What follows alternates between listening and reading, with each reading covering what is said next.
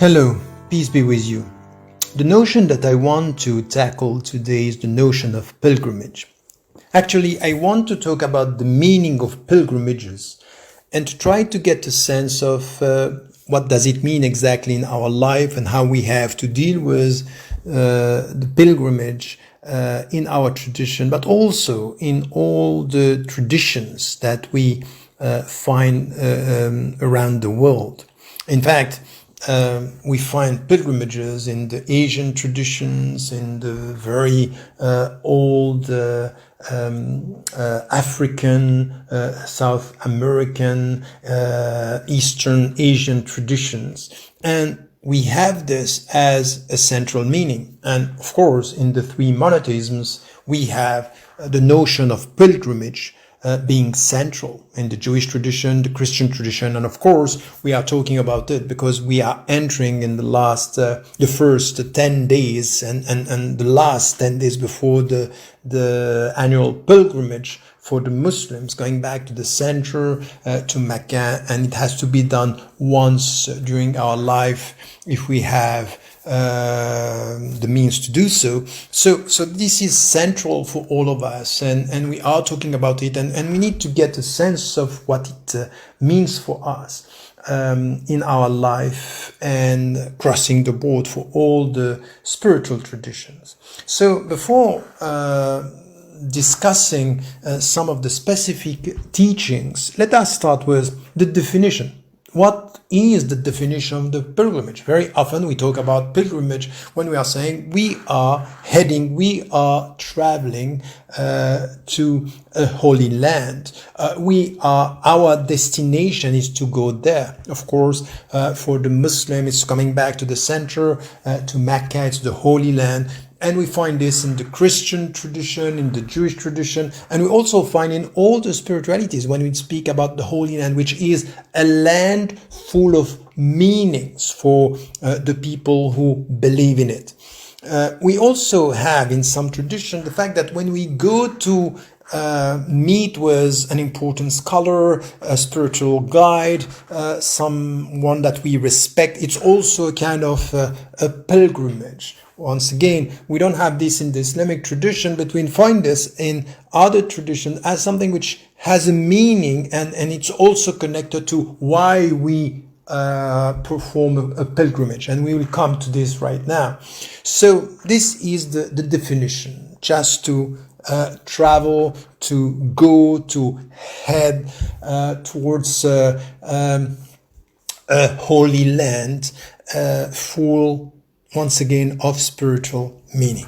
Now, why are we doing this? What is the purpose? Why are we doing such a pilgrimage in our life? So there are three things that we can highlight here when it comes to pilgrimage. The first is, in fact, we are trying to feed ourselves in a spiritual way. It's a spiritual food that we are trying to get. So pilgrimage has to do with, as we go to a holy land, the whole journey, it's going to be also sacred in a way. So the sacred place is transforming our journey into a sacred journey, and what we are going to get during this journey is a spiritual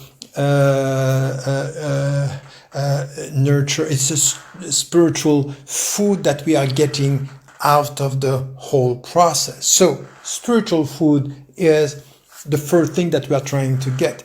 The second is, as there is a spiritual food that we are transforming ourselves through the process, we need during the whole journey to meditate, to contemplate, and to pray. So here there is something which has to do with meditation, which is the transformation through this spiritual food of our consciousness, our way of looking at things, our way of looking at nature and at ourself. So everything is transformed through this process of meditation. And the final goal, or the main reason, so to speak, is in fact the purification. So why are we performing a pilgrimage? In fact, is to purify ourselves, to transform, to reform ourselves through the journey. And as I said, the final destination is a sacred land, transforming the whole journey into a sacred journey to purify the self and to become a better being, better person, a better believer. So purification is essential here in the whole process. Having said that, we know about the reasons, they are conditions. And once again here, I'm not talking about the conditions that we find in every specific religion or spirituality. We know that, for example, to perform the Islamic pilgrimage, we have some conditions about your purification, the dress and the dress codes and everything. Every religion has this. I'm not talking about the details here. I'm talking about the main conditions when it comes to understand the very meaning, the essence of pilgrimage in our life, spiritual life, religious life, and in our simple life as human beings. So the first condition is the intention, and that's very important. A journey is going to be changed, transformed out of our intentions to go through this spiritual process, to get this spiritual food, to meditate, and to purify the self. So intentions, and we know, إنما الأعمال بالنيات, action are by the intention. The intention is transforming everything. It's transforming everything, and what is going to be added to this is the consciousness. And the consciousness is, intention is at the beginning, and consciousness is going along the whole process. So with this consciousness, which is exactly the opposite of el-ghafla in Arabic, which means not to be aware, to be in a way unconscious, forgetting the very meaning of life. Here, consciousness is to remember. It's to look at the signs around us during the journey. So it's transforming the whole journey, as I said, into a kind of a book where you read about your life and you read about yourself. And the third condition, it's an important notion that we have in Arabic, taqwa, that sometimes we translate by piety. And in fact, it's deeper. The very meaning, it's deeper than that. It's this reverential love that we have to God. And this reverential love, it's essential. And we have it in the Quran said in a very beautiful way when it comes to speaking about the pilgrimage, al-Hajj, when it said, وَتَزَوَّدُوا فَإِنَّ خَيْرَ الزَّادِ التَّقْوَى. So make provision, and the best provision is God's reverential love. So that's also something which is important, this God's reverential love. It's the best provision that you can make when you go towards this spiritual journey, this pilgrimage. You don't need food, you don't need to drink first. Of course, you need this for your body, but what you need most is really this food that is the spiritual food, this reverential love towards God, hoping being nourished with this love and hoping for his love along the journey. So that's the third condition. And there is one other condition which is so central in our understanding. And in fact, as I said, the final destination, the Holy Land, is making your journey holy, is making your journey sacred. And it's exactly the opposite of any wrong understanding of what secularism or secularization means. Very often we talk about secularization and the process of separating the state from religion, from church from state, as we put it in the Western tradition. And that's okay, we don't have a problem with this, but it doesn't mean that we are separating nature from the sacred or life from the sacred. It's really important here to get this understanding that no, life is sacred and nature is sacred. And as much as we don't have a problem separating authorities, we don't separate, for example, sciences from ethics or nature from the sacred. Pilgrimage is reconciling the whole thing.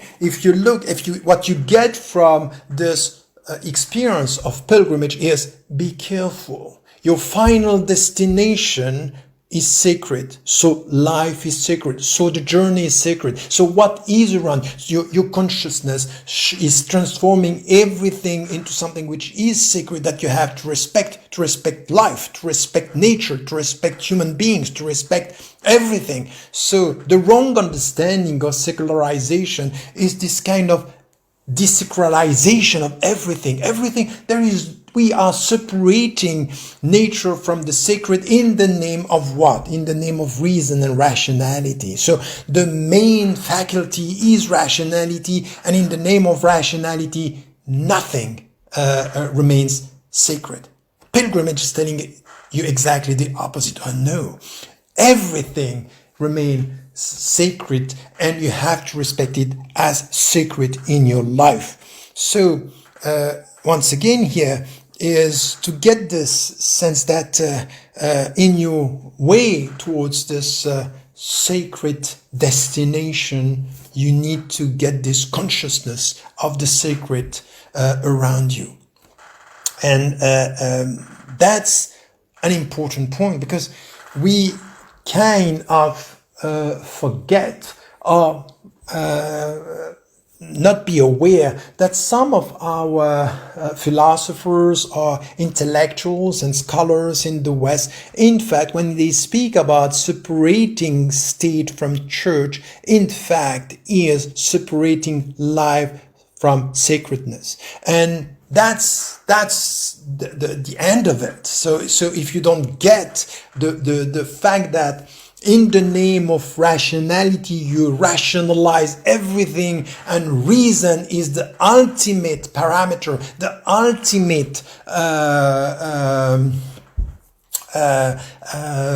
way of looking at things. This is where you are lost, and there is no longer space, a need for a pilgrimage. You don't need a pilgrimage if everything has to do with rationality. Here, once again, you get another understanding of the way we have to look at it. So these are 4 conditions. And to do this, to achieve this, there is one important attitude that you have to have towards the world around you.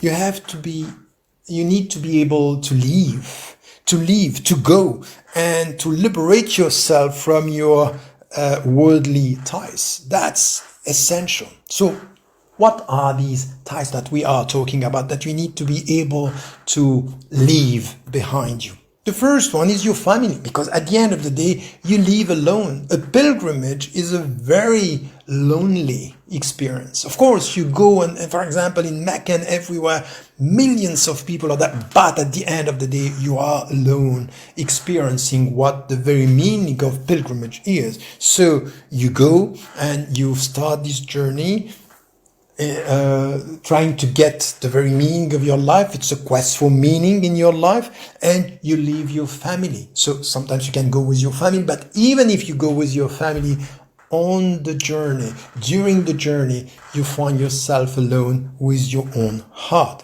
And you leave comfort. So you have to get out of your comfort zone, out of your daily comfort, just to get this meaning. And you go also and you forget about your habits and your daily life. So it's just to liberate yourself from something which is giving you a kind of daily comfort, security with your family. No, now it's time to go alone.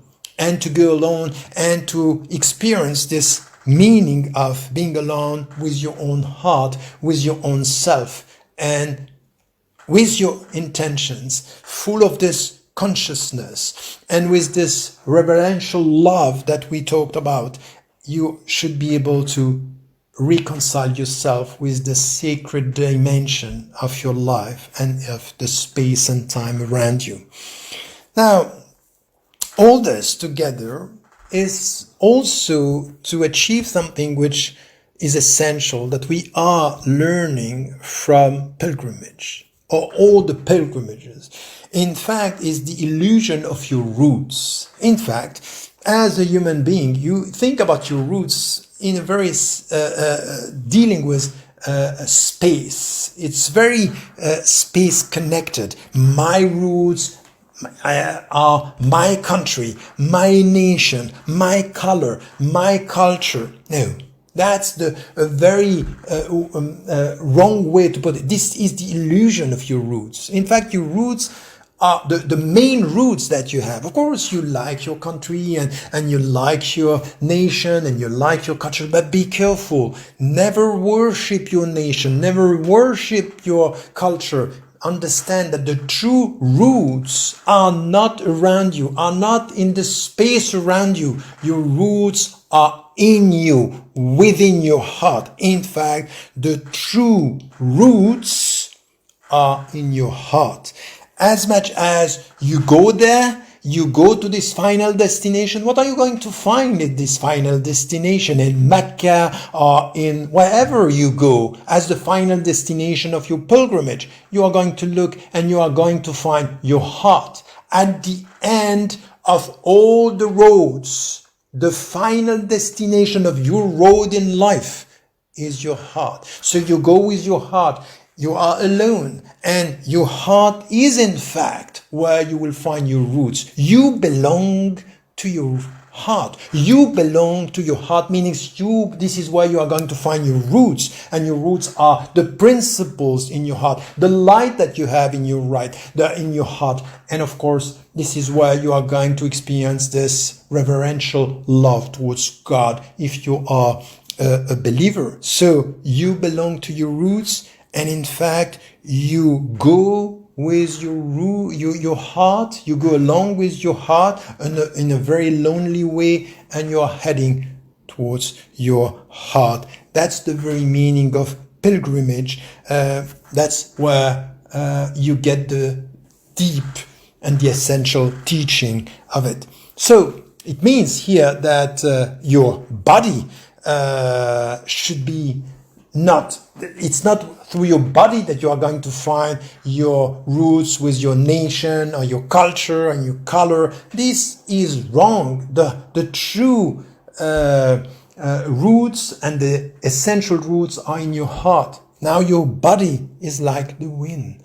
It's like the wind, so meaning that just you have to go, you have to pass over, you have to go along, and you have to be able to leave, and as it is said in the hadith, the prophetic tradition, be on earth as a stranger or as a passerby. So meaning just go. This is true freedom. The true freedom is to understand that your heart is like your tree. It's the tree. This is where the roots of your tree are, and your body is just like the wind. It just have to go, and it's going to pass, and you have to go, and you have to be able to move on earth, and just to understand that this is not where the true strength is going to be found. So pilgrimages are teaching us to transform our life into a pilgrimage. And that's essential in our way of understanding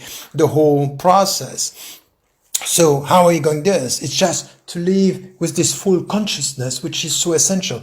Full consciousness of us being surrounded by science in our life. It means also to be a close friend of your heart. Your heart is where you are going to get the meaning. So to take care of yourself means to take care of your heart. And to take care of your heart is to care about the light. And to care about the light is to protect your faith. And to protect your faith is to be close to the one, is to be close to God.